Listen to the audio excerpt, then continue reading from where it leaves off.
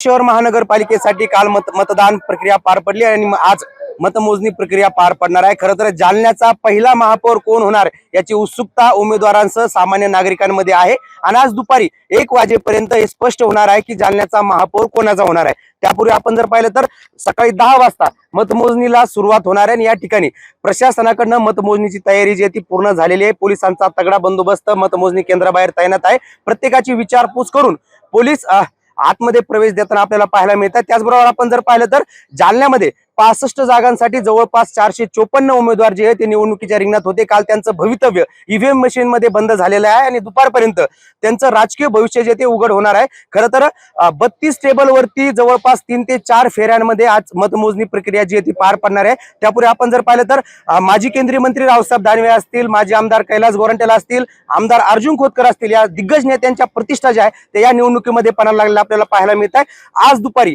1 वाजेपर्यंत जालन्याचा पहिला महापौर कोण असेल हे स्पष्ट होणार आहे।